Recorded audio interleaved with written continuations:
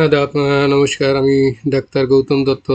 Dutta homeo কেয়ারের পক্ষ থেকে আপনাদের সকলকে আন্তরিক প্রীতি ও শুভেচ্ছা জানাচ্ছি। আশা করছি সকলেই ভালো আছেন। প্রিয় হোমিওপ্রেমী ডাক্তার ভাই ও বোনেরা, আজকে আমি নতুন আরেকটি ভিডিও নিয়ে আপনাদের সামনে উপস্থিত হয়েছি।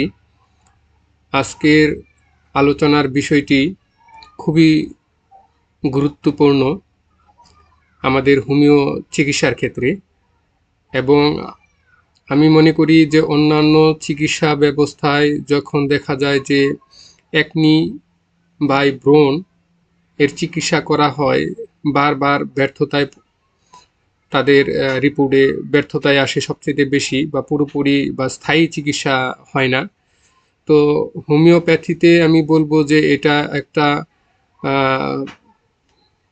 মানে ম্যাজিকের মতো একটা চিকিৎসা ব্যবস্থা, যার মাধ্যমে আপনি 100% স্থায়ী নিরাময় পাবেন। তো এই একনি বা ব্রণ এটাকে আমরা কমন এবং সাধারণ একটা সিমটম হিসেবে আমরা চিহ্নিত করি, বা সাধারণ একটা রোগ হিসেবে আমরা এটা বলতে পারি, যেটা অনেকেরই এই রোগ হয়। প্রায় ধরেন আমরা যারা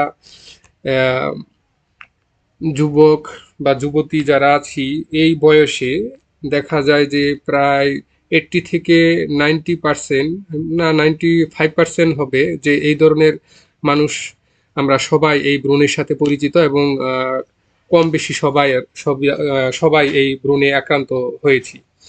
তো আসলে ব্রণটা কি বা একনিটা কি, এটা আসলে বয়সন্ধিকালে এটার আক্রমণটা বেশি যদি এটা হয়, বা হয় স্বাভাবিক। যদি এর পরিমাণটা যদি খুব বেশি বাড়ে বা পর্যায়ক্রমে যদি বেশি হতে থাকে, তো দেখা যায় যে আমাদের মুখের ত্বকের খুব একটা মানে যে স্বাভাবিক যে বর্ণ আছে সেটাকে বিবর্ণ করে তুলে, কালো স্পট, আবারও কারো কারো গর্ত হয়ে যায়। কারো কারো দেখা যায় যে ওখানে কালো এক ধরনের আবরণ তৈরি হয়, হ্যাঁ, যা দেখতে খুবই মানে কুশ্রী আকার ধারণ করে। আর এইটা আসলে কি, সাধারণত যুবক বয়সে বালক বালিকাদের মুখমণ্ডলে বিভিন্ন স্থানে মানে এই ধরনের ক্ষুদ্র ক্ষুদ্র আসলে ফোড়ার মতো এক ধরনের রেশ বা ইরেকশন হয়। এটাকে আমরা একনি বা ব্রণ বলি। ব্রণটা আসলে হলে ফোড়া, এবং যদি আমরা বলি যেটা যদি বড় আকারে হয় মুখে বা শরীরে কোনো জায়গায়, যদি বড় আকৃতিটা যদি বড় হয়, তো এটাকে আমরা অ্যাবসেস বা বয়েলস বলি। আবার যদি ক্ষুদ্র আকারে হয় মুখে, তো ফেসে যদি হয়, সেটাকে আমরা ব্রণ হিসেবেও মানে অভিহিত করি।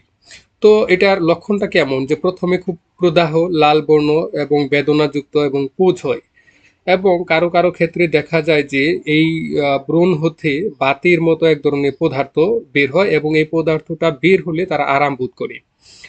এছাড়াও দেখা যায় যে রক্ত দূষিত হলে বালক বালিকাদের মুখে এবং ঘাড়ে, মস্তকে, পিঠে, হ্যাঁ, ব্রণ হতে দেখা যায়। এবং অনেক ক্ষেত্রে দেখা যায় যে মাথা ধরা, পিপাসা, তারপরে খাবারে অনিচ্ছা, অস্থিরতা, অনিদ্রা, এই কারণগুলোর কারণে ব্রণ হয়। তো বয়োবৃদ্ধিকালে হরমোনের দেখা যায় যে ইমব্যালেন্স বা কম বেশির প্রভাবের কারণে যুবক যুবতীদের দেখা যায় যে ব্রণ হবার প্রবণতা থাকে। এছাড়াও দেখা যায় যে মাসিকের মেয়েদের ক্ষেত্রে দেখা যায় যে মাসিকের কোনো ধরনের গন্ডগোল বা রক্ত কম বা দূষিত হবার কারণেও এটা হয়ে থাকে। এবং এছাড়াও আমরা অনেকে বলি যে বংশানুক্রমিক ক্ষেত্রেও এই ব্রণ হবার প্রবণতা দেখা যায় বা লক্ষ্য করা যায়। এছাড়াও আরেকটা বিষয় আমাদের ক্ষেত্রে খুব গুরুত্বপূর্ণ আমরা বলি যে ব্রণ হবার ক্ষেত্রে, সেটা হচ্ছে যদি আপনি খুব বেশি পরিমাণে মুখে কোনো ধরনের ক্ষতিকারক কসমেটিক্স ব্যবহার করেন, বা অতিরিক্ত মশলা জাতীয় খাবার এইগুলা যদি খান, তো এবং কনস্টিপেশনের ভাব যদি থাকে, তো এই ক্ষেত্রেও ব্রণ হবার প্রবণতাটা মানে বেড়ে যায়। তো আসলে ব্রণের ক্ষেত্রে মূলত কি কি ঔষধ আমরা ব্যবহার করি ব্রণের চিকিৎসার ক্ষেত্রে, আপনার অনেক মেডিসিন হোমিওপ্যাথিতে আছে। তার মাঝে ধরেন আপনার অ্যান্টিমক্রোড, আর্সেনিক আয়োড, আর্সেনিক, ওরামমেড, বেলাডোনা বা বেলেডোনা, সরি, তারপরে হচ্ছে বার বারবেরিস অ্যাকোফাইলাম, বোবিস্টা থাকে, ক্যালকেরিয়া কার্ভ থাকে, ক্যালকেরিয়া পিক, তার ক্যাপসিকাম, কার্বোবেজ, এরপরে হচ্ছে কস্টিকাম, কার্বো অ্যানি, হিপার বা hepar sulphur, kali brom, creosote, lachesis, ledum, natrum mur, nitric acid, nux vom, phosphoric acid, pulsatilla, rhus tox, তারপরে psorinum, sepia, silicea, sulphur, thuja ইত্যাদি মেডিসিনগুলো সবচাইতে বেশি ব্যবহার করা হয়ে থাকে। তো এইগুলা প্রত্যেকটা মেডিসিন ব্যবহার করার ক্ষেত্রে অবশ্যই আহ, এই ব্রণের এক একটা সিমটম থাকে বা লক্ষণ থাকে, সেই লক্ষণ ভিত্তিতে আমাকে সঠিক মেডিসিন নির্বাচন করতে হবে। এতগুলা মেডিসিন থেকে সঠিক একটা মেডিসিন আপনাকে নির্বাচন করতে হবে। অবশ্যই আমরা জানি যে হোমিওপ্যাথির ক্ষেত্রে একাধিক মেডিসিন নয়, এক এক সময়ে একটি মাত্র ঔষধ, single dose, single medicine at a time, একত্রে একটা মেডিসিনে আপনি ব্যবস্থা পত্রে আপনি অন্তর্ভুক্ত করতে পারবেন। তো প্রথমেই আমি এই এতগুলা মেডিসিন যেগুলা বললাম, প্রথমে আমি যেই মেডিসিনটার সম্পর্কে এখানে আলোচনায় অন্তর্ভুক্ত করেছি আপনাদের দেখার জন্য বা জানার জন্য, সেটা হচ্ছে ক্যালিব্রোম। আমি বলবো যে আমার চিকিৎসা ক্ষেত্রে আমি যদি 100 রুগী পাই, আমার দেখেছি যে প্রায় 60 থেকে 70% রুগী এই ক্যালিব্রোমের মাধ্যমে 100% এবং স্থায়ী নিরাময় হয়। তো ক্যালিব্রোমটা কি? ক্যালিব্রোম এই মেডিসিনটা বা ব্রোমেটা মেডিসিনটা একটা গরম কাতর মেডিসিন। হ্যাঁ, রুগী খুবই গরম কাতর হয়। এখানে যুবক যুবতীদের বুক, কাঁধ এবং মুখমণ্ডলের যে সকল ব্রণ, সেই ক্ষেত্রে ক্যালিব্রোম বেস্ট মেডিসিন। তো ব্রণগুলো পাকে এবং ভিতরে পুঁজ হয়। ক্যালিব্রোমের যে সকল ব্রণ থাকে সেগুলা পাকে এবং ভিতরে কি হয়, পুঁজ হয়। আরও মেডিসিন আছে যেগুলাতে পাকে বা পুঁজ হয়, কিছু ব্যতিক্রম আছে। যেমন ব্রণ হতে ভাতের মতো পদার্থ বের হয়, ব্রণ থেকে যদি ভাতের মতো পদার্থ বের হয় এমন ধাতুগ্রস্তদের ক্ষেত্রে ক্যালিব্রোম হচ্ছে উৎকৃষ্ট ঔষধ। অর্থাৎ যে ব্রণ থেকে, এই জিনিসটা আমার খুবই হাইলাইটিং করে মনে রাখতে হবে, যে ব্রণ থেকে যদি ভাতের মতো পদার্থ বের হয় এমন ধাতুগ্রস্ত যে সকল রোগীর সিমটমগুলো আমরা পাই, সেক্ষেত্রে ক্যালিব্রোমটা হচ্ছে উৎকৃষ্ট ঔষধ, এর উপরে কোনো ওষুধ হতে পারে না। তো সবসময় আর একটা ক্যালিব্রোমের রুগীটা হচ্ছে দুর্বল প্রকৃতি, সবসময় ঘুমাতে চায় এবং ভীতিজনক, তার যেটা আছে ভীতিজনক স্বপ্ন দেখে এবং ঘুমের মাঝে তার বোবায় ধরে এবং ঘুমের মধ্যে দাঁত কি করে কর্মর করে এটা। এবং দেখা যায় যে অতিরিক্ত যে সঙ্গম, ক্যালিব্রোমের রোগীর ক্ষেত্রেও যে সেক্সুয়াল একটা টেন্ডেন্সি বেশি থাকে, যার কারণে অতিরিক্ত সঙ্গমের কুফলে এই দুর্বলতা, শারীরিক এক ধরনের দুর্বলতা লক্ষ্য করে।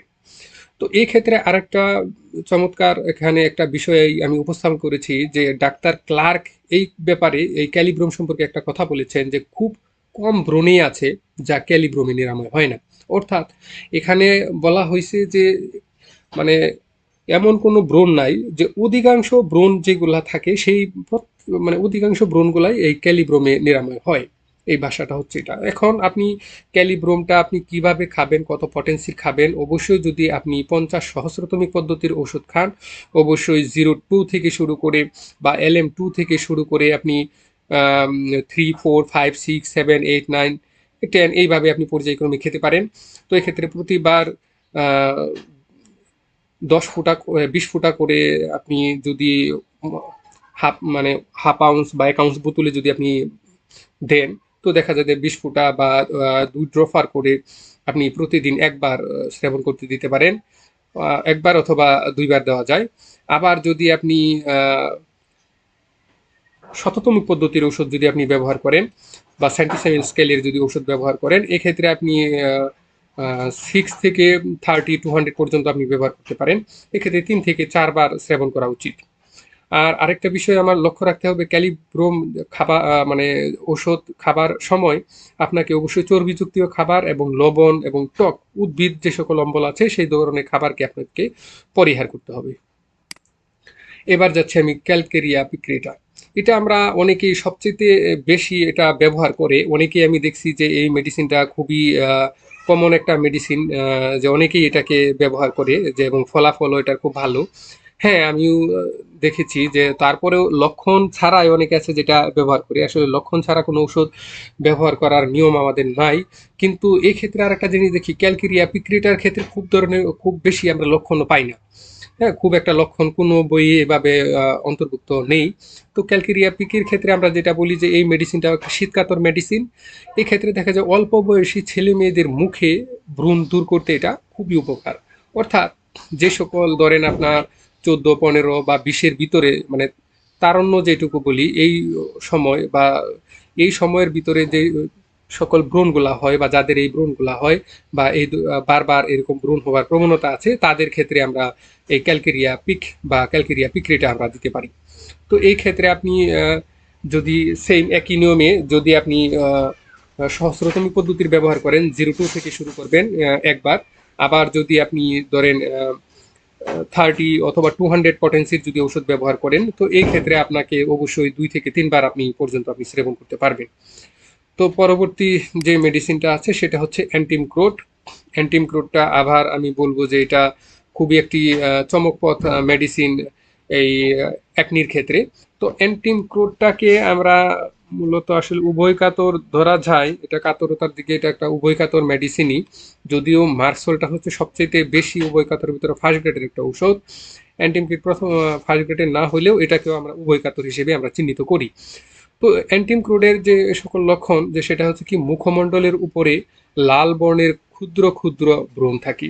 অর্থাৎ মুখমণ্ডলের উপরে যে সকল ব্রণ থাকে সেগুলো লাল বর্ণের, এবং ক্ষুদ্র ক্ষুদ্র ব্রণ। মুখমণ্ডলটা থাকে ফ্যাকাশে এবং চোখটা বসে যাওয়ার চাহনি। তার মানে এখানে চোখ তার যদি চোখের দৃষ্টিটা যদি আমরা খেয়াল করি, সেখানে দেখবো যে তার চোখগুলা বসে গেছে এই ধরনের, এবং মোটা সোটা খিটকেটে এবং ক্রন্দনশীল স্বভাবের হয়। এই অ্যান্টিমক্রোডের একটা বৈশিষ্ট্য। এবং আরেকটা অ্যান্টিমক্রোডের সবচেয়ে ভালো যে বৈশিষ্ট্য যেটা, সেটা হচ্ছে কোষ্ঠবদ্ধতা সহ খাবারে অরুচি থাকে। খাবারে অরুচি থাকার আর একটা কারণ আছে, এবং সেটাও আমরা লক্ষ্য করতে পারি। এবং কোষ্ঠবদ্ধতা যদি থাকে, তো রোগীর দেখা যায় যে জিহ্বাটা শ্বেতবর্ণ বা সাদা একটা প্রলেপ থাকে, এটা আমরা লক্ষ্য করেছি বা লক্ষ্য করি। এবং পাকাশয়ের সে গুলযুগ থাকে, আর পাকাশয়ের গুলযুগ থাকলেই এখানে জীবের এটা প্রতিফলিতটা আমরা বেশি উঠে বা আমরা দেখতে পাই।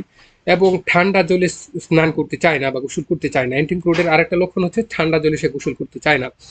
রোদ এবং গোসল সহ হয় না এমন ধাতুর রোগীর মানে ব্রণে ইহা কার্যকর। অর্থাৎ রোদ এবং গোসল, সে খুব একটা রোদেও যেতে পারে না এবং গোসলটাও তার কাছে ভালো লাগে না। এবং গোসল যদিও করতে চায়, সেটা দেখা যায় যে মানে শীতল পানি বা ঠান্ডা পানিতে সে গোসল করতে চায় না। এই ধরনের রোগীর ক্ষেত্রে আমরা অ্যান্টিমক্রোডটা আমরা বিবেচনা করতে পারি। আর এখানে আরেকটা বিষয়ে আমি বলছি যে অ্যান্টিমক্রোডের রোগীর সবচেয়ে বেশি যে জিনিসটা আমরা লক্ষ্য করে পাই বা ফলো করতে হয়, সেটা হচ্ছে জিহ্বার উপর তার এক ধরনের সাদা দুধের মতো এক ধরনের প্রলেপ পড়ে দুধের জিভের উপরে। যদি এরকম এই বিষয়টা আমরা লক্ষ্য করি, এই এক লক্ষণের উপর ভিত্তি করে অনেক সময় আছে যে আমরা অ্যান্টিমক্রোডটা ব্যবহার করি এবং ফলাফল 100% সফল আমরা ফলাফল পাই। তো এক্ষেত্রেও যদি আপনি সহস্রতম পদ্ধতির ওষুধ ব্যবহার করেন, তো 0-2 থেকে বা LM2 থেকে শুরু করে আপনি চিকিৎসা করতে পারেন। সেম একই পদ্ধতি, বাগের পদ্ধতিতে একবার। এবং যদি শততম পদ্ধতির ওষুধ ব্যবহার করেন, তবে 2 থেকে 3 বার 30 এবং 200 পটেন্সির আপনি ওষুধ ব্যবহার করতে পারবেন। এবার আমি যে মেডিসিনটা কথা বলবো, সেটা হচ্ছে থোজা, একটি অ্যান্টিসোরিক মেডিসিন। তো থোজাটা মূলত একটি গরম কাতর একটা মেডিসিন।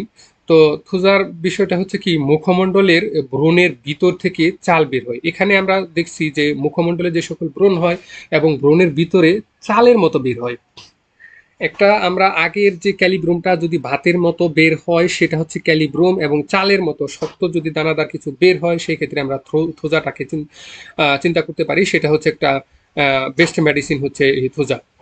এছাড়াও সাইকোটিক যে সকল দোষ থাকে, সাইকোটিক দোষযুক্ত তৈলাক্তক যে সকল ত্বক, সেগুলার বাটিকা দেবার কুফলে কোনো চর্ম রূপ প্রকাশে ইহা উৎকৃষ্ট ঔষধ। অর্থাৎ এখানে আমরা দেখি যে সাইকোটিক দোষ এবং ত্বকটা যদি তৈলাক্ত প্রকৃতির হয়, অয়েলি হয়, তো এই ক্ষেত্রে আমরা থোজাটা আমরা চিন্তা করতে পারি। এবং থোজার রোগী আর একটা বিষয় হচ্ছে, শুধু নেট্টামিওর আমরা ভাবি যে লবণপ্রিয় না, থুজার রোগীটাও হচ্ছে লবণপ্রিয়। এবং আলু এবং মাংস সে অপছন্দ। অর্থাৎ আলুটা এবং মাংসটা তার কাছে অপছন্দ, সে খেতে চায় না। এবং মৃত ব্যক্তি উড়ে যাওয়া এবং পড়ে যাওয়ার স্বপ্ন দেখে চমকিয়ে ওঠে, এটা হচ্ছে তার ঘুমের মাঝে সেইটা। এবং বর্ষা এবং ঠান্ডায় তার যে সকল অ্যাকনিগুলা হয় সেগুলা বৃদ্ধি পায়। তো এই একই ক্ষেত্রে আবার শক্তি এবং মাত্রা যদি আমরা ওষুধ যদি ব্যবহার করি, তো প্রথমে যদি আমরা সহস্রতম পদ্ধতির ওষুধ ব্যবহার করি, তো 0-2 থেকে শুরু করে আমরা পর্যায়ক্রমিক আমরা সেবন করাবো দিনে 1-2 বার। আবার শততম পদ্ধতির ওষুধ ওষুধ যদি আমরা ব্যবহার করি, তো এক্ষেত্রে অবশ্যই আমরা 30 এবং 200 বা 1 এম পর্যন্ত পর্যায়ক্রমিক আমরা ব্যবহার করতে পারি। এভাবে রোগের লক্ষণের উপর ভিত্তি করে 1-2 বার, দিনে 3 বার পর্যন্ত দেওয়া যেতে পারে। তো থোজা ওষুধ চলাকালীন অবস্থায় যে দুটা খাবার আমাদের সবচেয়ে বেশি আমাদের বর্জন করতে হবে, সেটা হচ্ছে কাঁচা পেঁয়াজ এবং টুকা লবণ। এই দুইটা জিনিস আমাকে বর্জন করতে হবে। এবার যে আমি মেডিসিনটার কথা আপনাদের সামনে আরেকটা মেডিসিন, চমৎকার একটা মেডিসিন সম্পর্কে এখানে আলোচনা করতে যাচ্ছি, বা এটাকে আমি বলবো যে একনি বা ব্রণের ক্ষেত্রে চমকপ্রদ একটি ঔষধ, যেটা হচ্ছে যে বারবারিস অ্যাকোয়া ফাইলাম বা বারবারিস অ্যাকোয়া মাদার। যে আমরা মাদারও ব্যবহার করি, শক্তিযুক্ত পাওয়ারও ব্যবহার করি, তো আমি সবচেয়ে বেশি এই ওষুধটার মাদার বা মূল অরিষ্টটাই আমি সবচেয়ে ব্যবহার করি।